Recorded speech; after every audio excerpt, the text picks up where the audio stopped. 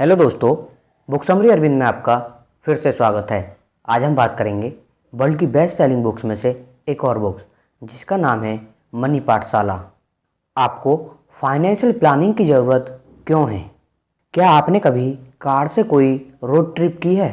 इसके लिए आप तैयारी कैसे करते हैं?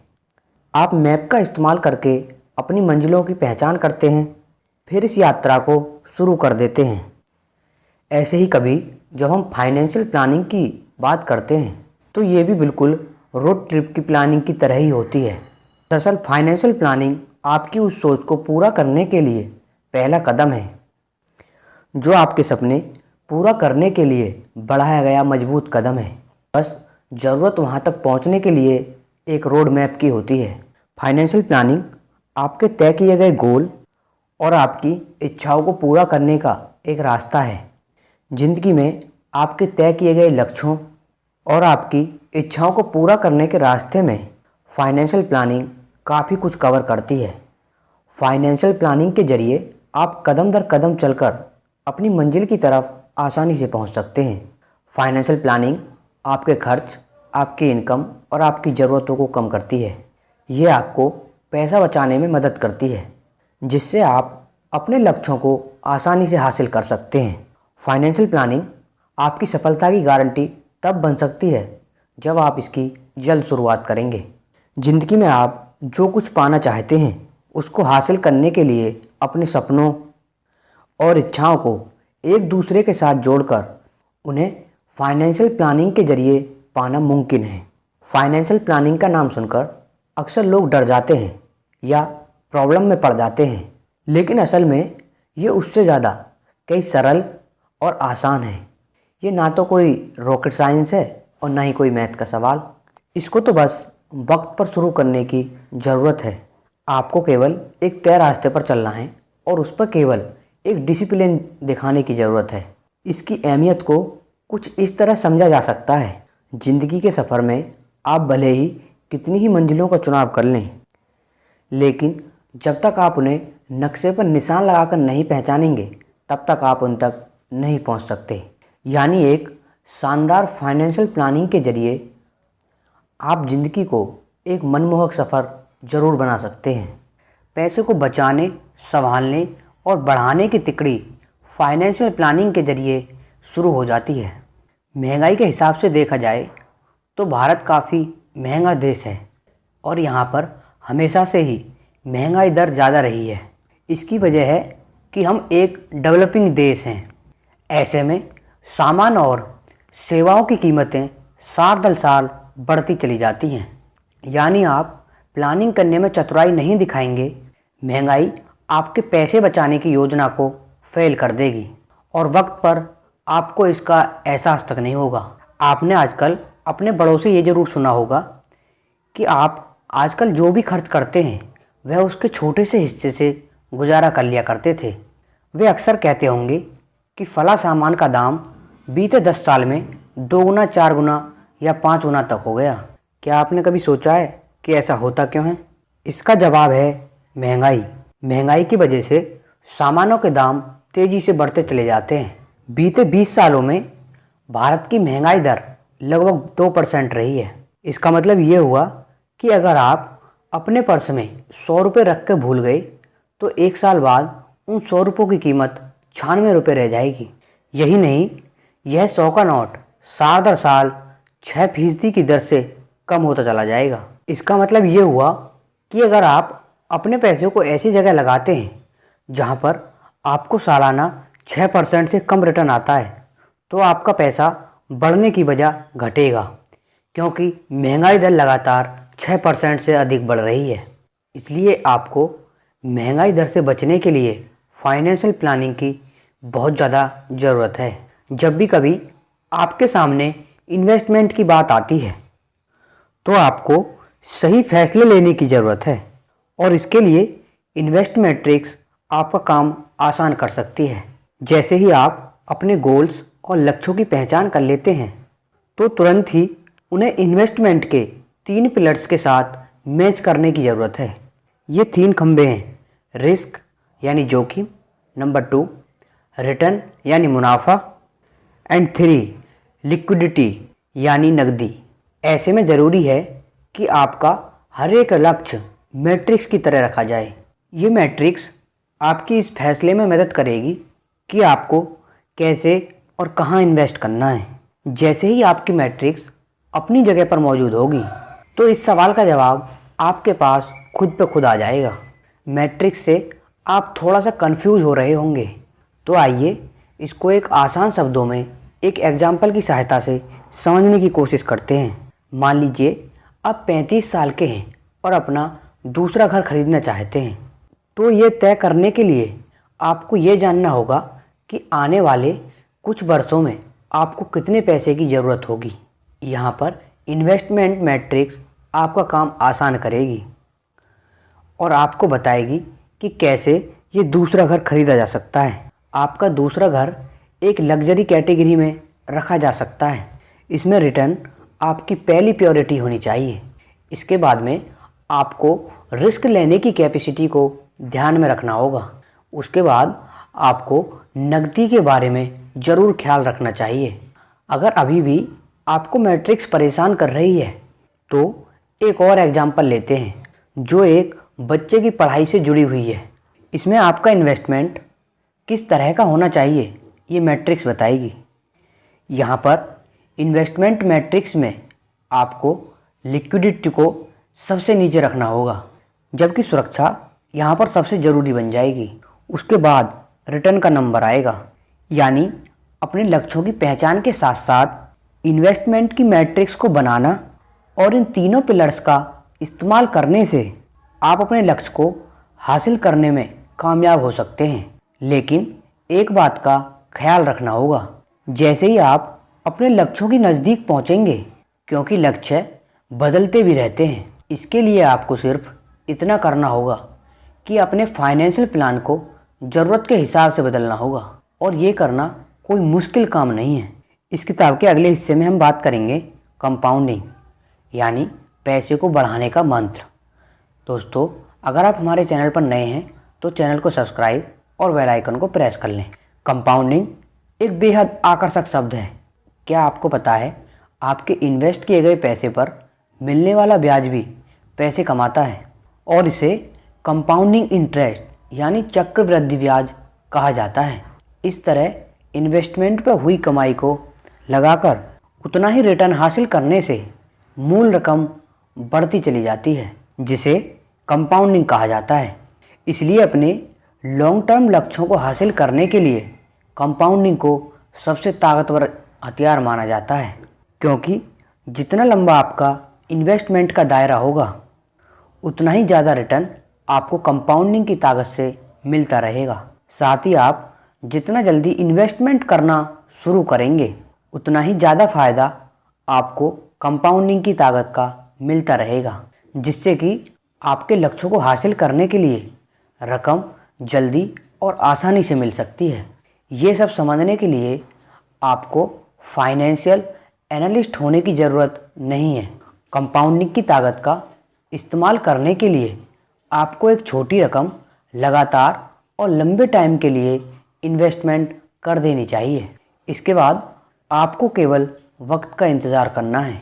इसके बाद कंपाउंडिंग का जादू आपके पैसों को दिन दोगुनी और रात चौगुनी स्पीड से बढ़ाना शुरू कर देगा। चलिए इस बात को एक एग्जाम्पल के ज़रिए समझते हैं। मान लेते हैं आपको किसी खास गोल को हासिल करने के लिए 15 साल लगेंगे। इसके लिए आप हर महीना 5,000 रुपये जमा करते हैं। साल भर में आपने 60,000 जमा किए और करीबन 10% का आपको कंपाउंड इंटरेस्ट मिल गया। सबसे पहली साल में आपके द्वारा इन्वेस्ट किए गए पैसों पर आपको 6,000 रुपये ब्याज मिला। इस ब्याज की रकम को निकालने की जगह आपने इसमें फिर से निवेश किया। अगली साल में आपकी मूल रकम हो गई 66,000 रुपये। अब आपको दूसरे साल में इस पर 6,600 रुपये का ब्याज मिलेगा। ये तरीका अगर आपने अगले 15 साल तक फॉलो किया तो आपके जमा किए गए 9 लाख 15 साल बाद 21 लाख रुपए बन जाएंगे। अब तो आपको कंपाउंडिंग की ताकत का एहसास हो गया होगा। वाकई में ये जादुई ताकत लगती है ना। अब हम बात करेंगे एसेट क्लास इक्विटी के बारे में। क्या आपको पता है जितने भी बड़े अरबपति हैं उन सभी ने पैसा इक्विटी से बनाया।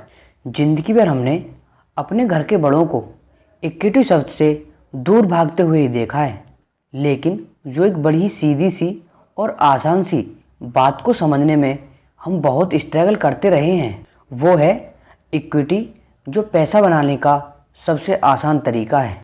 यही नहीं, इन्वेस्टमेंट के जितने भी ऑप्शन हैं इन सबसे ज़्यादा पैसा इक्विटी से मिल सकता है। यही नहीं, इन्वेस्टमेंट ऑप्शन में जितना पैसा इक्विटी से मिल सकता है उतना दूसरा किसी और ऑप्शन से नहीं मिल सकता। इक्विटी के जरिए जो मालिकाना हक आपको मिलता है वो आपकी हिस्सेदारी होती है। वहीं जो लोग कारोबार, कंपनी और संस्थाएं चालू करते हैं उसके प्रमोटर कहलाते हैं। ऐसे में आप जब भी इक्विटी खरीदते हैं तो आप किसी भी कारोबार के मालिकाना हक पर असर डालते हैं, उसकी हिस्सेदारी आपके पास आती है, वो आपको ओनरशिप का अधिकार देती है। असल में कारोबार की कीमत जैसे ही बढ़नी शुरू होती है वैसे ही आपका मालिकाना हक भी बढ़ जाता है। हमें पता है मालिकाना तौर पर इक्विटी शब्द के साथ साथ रिस्क का दायरा भी बढ़ जाता है, जो कि काफ़ी हद तक सच भी है। लेकिन जब बात एसेट एलोकेशन की आती है तो इक्विटी उसमें एक अहम किरदार निभाती है, जिससे आपका पोर्टफोलियो मजबूत होता है और आपके मुनाफा हासिल करने की क्षमता बढ़ जाती है। ऐसे में इक्विटी निवेश न कि आपके पोर्टफोलियो को डाइवर्सिफाई करता है बल्कि महंगाई को मात देने में भी मददगार साबित होता है और लंबे समय में इससे शानदार रिटर्न मिलने के अनुमान भी बढ़ जाते हैं। अगर आपको शॉर्ट टर्म में भी रकम की ज़रूरत है, इक्विटी किस तरह से आपकी इन्वेस्टमेंट की रकम को बढ़ाती है ये आप समझ ही गए होंगे। आप सोचकर हैरान हो रहे होंगे कि लोन कैसे इन्वेस्टमेंट प्लान का हिस्सा हो सकता है, क्योंकि ये तो एक तरह से कर्ज है। लेकिन हम यहाँ पर ऐसे कर्ज की बात नहीं कर रहे, हम बात कर रहे हैं जो लोन आपने दिए हैं। लगता है कन्फ्यूजन हो गया है, चलिए विस्तार से समझते हैं।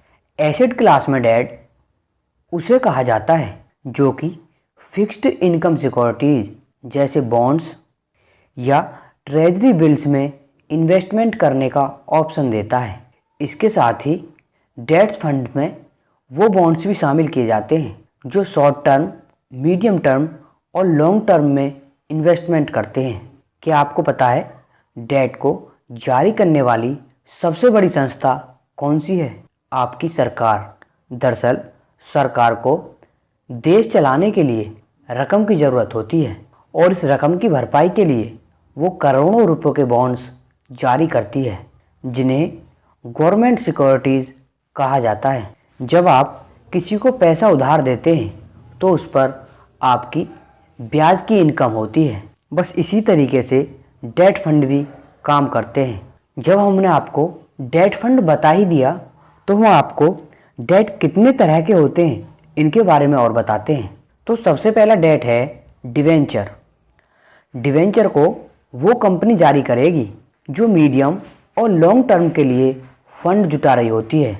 इस रकम को जुटाने के बाद कंपनी का जो कैपिटल स्ट्रक्चर है उसमें ये शामिल रहते हैं। साथ में बैलेंस शीट में भी डिवेंचर के द्वारा जुटाई गई रकम साफ नज़र आती है। हालांकि इसे शेयर कैपिटल क्लब के साथ ऐड नहीं किया जा सकता। इसके बाद बारी आती है बॉन्ड्स की, जो सबसे ज़्यादा लोकप्रिय डेट फंड होते हैं, जिन्हें आमतौर पर सरकार या बड़ी कंपनियां ही जारी करती हैं। ऐसे में ये जानना ज़रूरी है कि बॉन्ड्स और डिवेंचर में क्या अंतर है। दरअसल बॉन्ड्स को सिक्योरिटी का बैकअप मिलता है या किसी तरह का एसेट या गारंटी इसके साथ होती है, लेकिन डिवेंचर के मामले में ऐसी कोई गारंटी नहीं होती। साफ है, डिवेंचर के मामले में बॉन्ड्स ज़्यादा सुरक्षित ऑप्शन है। बॉन्ड्स की ड्यूरेशन पूरी होने पर मूल रकम को वापस किया जाता है, यानी बॉन्ड बिल्कुल लोन की तरह काम करता है। अब हम बात करेंगे हाइब्रिड फंड्स। आइए जानते हैं अलग अलग तरह के हाइब्रिड फंड्स क्या क्या होते हैं, और इनमें जो सबसे बेहतरीन माने जाते हैं वो हैं मल्टी एलोकेशन फंड्स। जैसा कि नाम से ही जाहिर है कि यह स्कीम 3 एसेट क्लास में अपना पैसा इन्वेस्ट करती है। इन फंड्स की सबसे बड़ी खूबी है कि एक इन्वेस्टर क्लास के तौर पर आपको अलग अलग एसेट क्लास में इन्वेस्टमेंट करने का मौका मिलता है। आखिर इनका मकसद क्या है? ये आपको लॉन्ग टर्म में पैसा कमाने में मदद करते हैं। इसके लिए इक्विटी के एसेट क्लास में निवेश किया जाता है।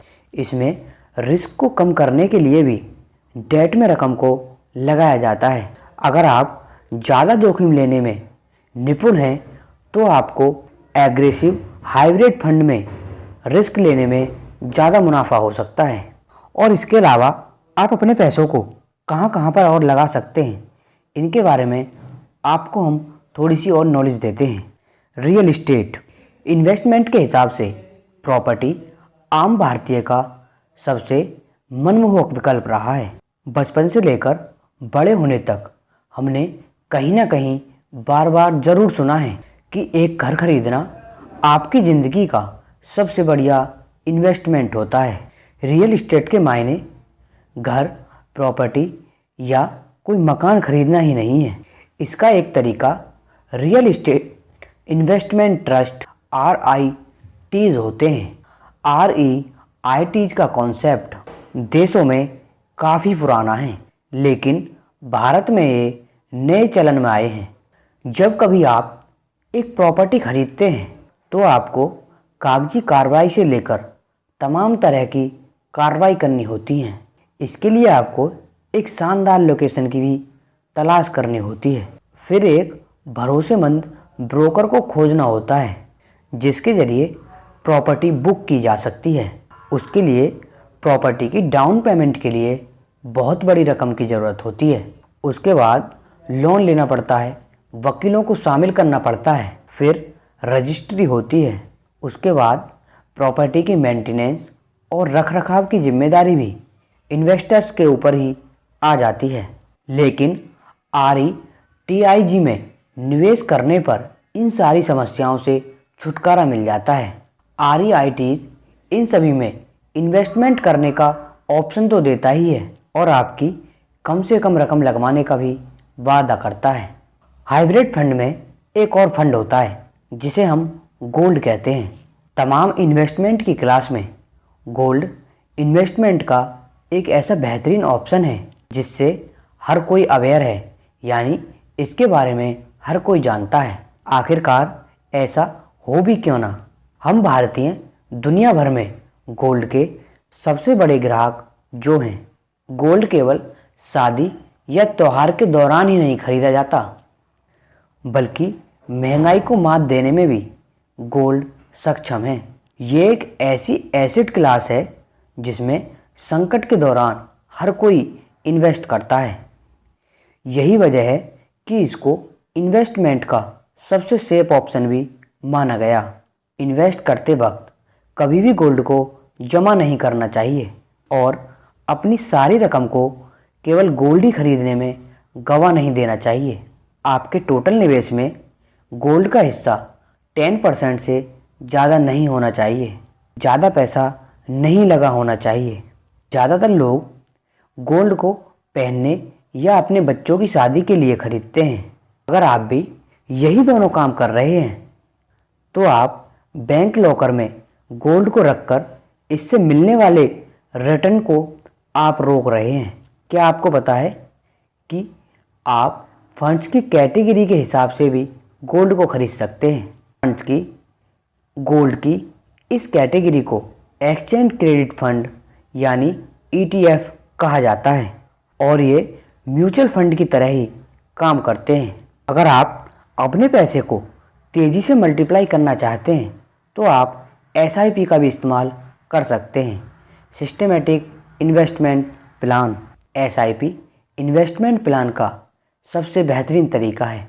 यदि आप एक नौकरी पेशे वाले आदमी हैं तो SIP आपके लिए ही बनाया गया है। जिस तरह से आपके महीने के खर्च और सेविंग्स होती हैं, उसी तरह से इन्वेस्टमेंट क्यों नहीं हो सकता, ऐसा बहुत कम लोग सोचते हैं, जबकि ये करना बेहद आसान होता है। आपको केवल अपने बैंक को एक परमिशन देनी होती है कि वो फिक्स रकम म्यूचुअल फंड में हर महीने ट्रांसफ़र कर दे। इसकी शुरुआत महज 500 रुपये से भी की जा सकती है। SIP सफलता के लिए आपको रुपी कॉस्ट यानी अपने गोल को अचीव करने में सहायता कर सकती है। ये आजकल के उतार चढ़ाव जैसे मार्केट में बहुत ज़्यादा फायदेमंद होती है। जैसे ही स्टॉक मार्केट की वैल्यू डाउन होती है, आपको ज़्यादा यूनिट्स मिलने लगती हैं। जैसे ही स्टॉक की कीमत बढ़ती है तो आपके खाते में कम यूनिटें आने लगती हैं। एक समय में मार्केट में आई गिरावट आपके लिए फ़ायदेमंद साबित हो सकती है। जैसे ही प्राइस बढ़ते हैं, आपके इन्वेस्टमेंट की वैल्यू भी बढ़ती चली जाती है। सबसे बड़ी बात है कि आप अपनी SIP को कभी भी बंद कर सकते हैं। यानी अगर आपको पैसों की दिक्कत आए तो आप इसे रोक दीजिए और आपकी जेब में पैसे आते ही आप इसको दोबारा शुरू कर दीजिए। और जब आपको ज़रूरत हो तो आप अपने पैसों को तुरंत आसानी से निकाल भी सकते हैं। तो आप SIP के ज़रिए भी अपने पैसों को तेज़ी से बढ़ा सकते हैं। दोस्तों, हम आशा करते हैं कि हमारे द्वारा बताई गई मनी पाठशाला बुक की समरी आपको अच्छे से समझ आई होगी। अगर आपको हमारे द्वारा बताई गई मनी पाठशाला बुक समरी अच्छे से समझ आई है तो हमारे चैनल को सब्सक्राइब और बेल आइकन को प्रेस कर लें, क्योंकि हम इस चैनल पर ऐसे ही नॉलेजेबल बुक समरी लाते रहते हैं। Thanks for watching.